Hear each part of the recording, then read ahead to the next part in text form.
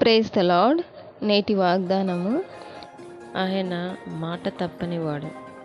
కీర్తనల గ్రంథం 110వ అధ్యాయము 4వ వచనము. దేవుడు తానిచ్చిన మాటను తప్పకుండా నెరవేర్చే దేవుడు. మనుషులు ఏదైనా మాట ఇస్తే వారు చేయకుండా మర్చిపోతారు. కానీ దేవుడు తాను చేసిన నిబంధనను, తాను ఇచ్చిన మాటను తప్పకుండా నెరవేర్చే దేవుడు. శారా జీవితంలో దేవుడు ఆయన ఇచ్చిన మాట చొప్పున శారాకు చేశాడు.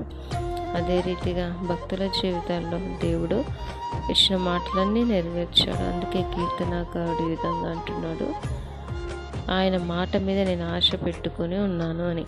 ఎందుకంటే ఆయన మాట మీద ఆశ పెట్టుకున్నప్పుడు ఆయన తప్పకుండా నెరవేర్చే దేవుడు.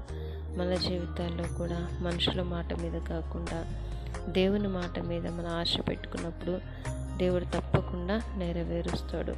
దేవుడు అబద్ధ మాటకు ఆయన మానవుడు కాడు, పశ్చాత్తాపపడుటకు ఆయన నరపుత్రుడు కాడు. ఆయన చెప్పి చేయకుండా ఆయన మాట ఇచ్చి స్థాపింపకుండా.